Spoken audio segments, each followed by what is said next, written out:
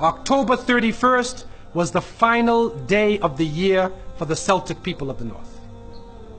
And that day was called the day of Samhain. And this individual, wal-iyadhu billah, was supposed to be their god of the spirits of the dead, of evil again. And according to their belief, the evil spirits would rise to the surface and would terrorize people on that evening.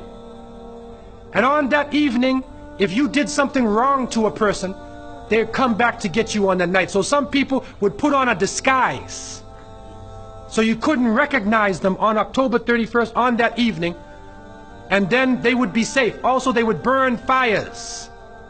Now the only thing we find left of that is the jack-o'-lantern that they will put inside of their window, made from the pumpkin. What actually happened in Europe is that the church moved All Saints' Day, a day for the saints.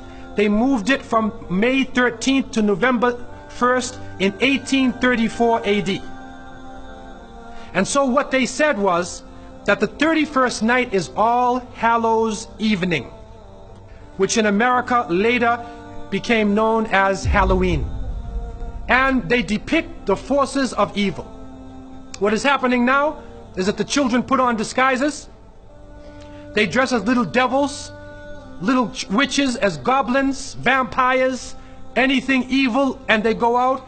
And now with the new American way, they do trick-or-treat. And they come to your house asking for food. And so to send a Muslim child out to trick-or-treat is a demeaning, lowering thing. You're asking them to beg people for food. And so the reality that we recognize is that, number one, this is the day of Samhain. And the Quran tells us that the devil is an open enemy to humanity. There is no compromise with the devil.